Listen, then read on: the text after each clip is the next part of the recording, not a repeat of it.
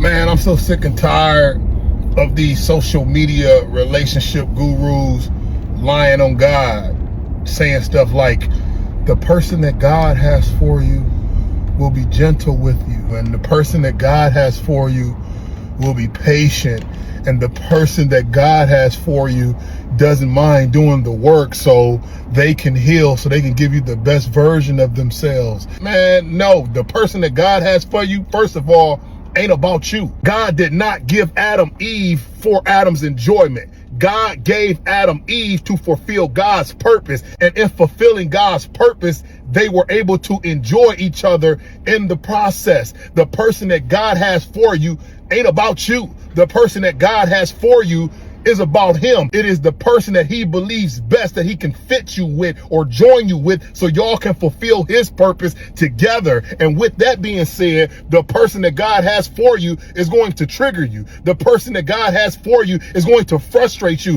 The person that God has for you is going to provoke you to heal, provoke you to see a version of yourself that you didn't know existed, because it takes a healed person. It takes a person doing the work. It takes a person self-examining. It takes a person knowing who they are in God and who God is in them to fulfill God's plan and God's purpose. And so, yes, if a person is full of the Spirit, then yes, they will walk in the fruits of the Spirit, like patience and long suffering and meekness and temperance. But to tell people that the person who God has for you is all of these good things and all of these nice things and all of these things that are well with your soul is doing God's people an injustice. Because even though you may grow to that person, even though you may evolve and mature to that person, there's a good chance that you won't start off as that person. Why? Because we are all in the process. We are all on the potter's wheel. We are all being molded and made and shaped. So don't let a social media guru or relationship expert